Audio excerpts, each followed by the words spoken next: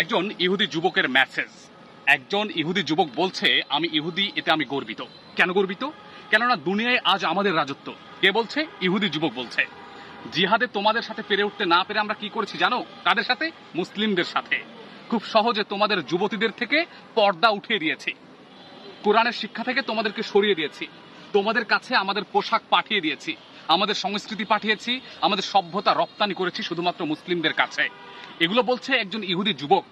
তিনি বলছেন, তোমাদের শপিং মলের দিকে তাকাও, কি দেখতে পাচ্ছ? সব উলঙ্গ পোশাকের মেলা, তাই না? মজার বিষয় না?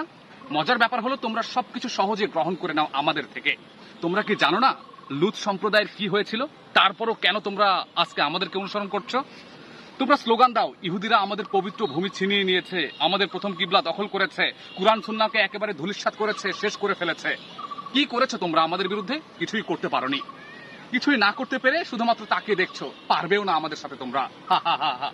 দৃষ্টি মেলে তাকাও, রাস্তায় রাস্তায় তোমাদের যুবতীরা ঘুরে বেড়াচ্ছে আজকাল। আহ, কি খুশির কথা! আমাদের সংস্কৃতি তোমরা গোগ্রাসে গিলে ফেলেছো। তোমাদের অবস্থা শোচনীয়। তোমরা মুসলমানরা শেষ হয়ে গেছো। প্রভু আমাদের সহায় হচ্ছেন দিনকে দিন, আর তোমরা চিল্লাচ্ছ শুধুমাত্র ওয়াজ মাহফিলে। তোমাদের শিক্ষা ব্যবস্থাকে আমরা বদলে দিয়েছি, সেখানে ইসলাম বলতে কিছু নেই, সকল কিছু আমাদের দেওয়া ইতিহাস। এগুলো বলছে কে? ইহুদি যুবক। কাদের বিরুদ্ধে? মুসলিমদের বিরুদ্ধে। তিনি আরো বলছেন, একসময় তোমরা বড় বড় সম্মানী জাতি ছিলে, এখন আমরা সম্মানী হয়েছি।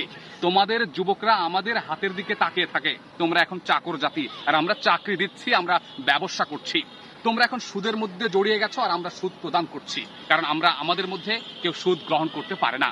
এই ব্যাপারগুলো আমরা আমাদের মধ্যে থেকে তোমাদেরকে খুব সহজে ছড়িয়ে দিতে পেরেছি শুধুমাত্র একটি কারণে, সেটা হচ্ছে আমরা ইহুদি জাতি আর তোমরা হচ্ছে মুসলিম জাতি। আর আমি ইহুদি, এতে আমি গর্বিত।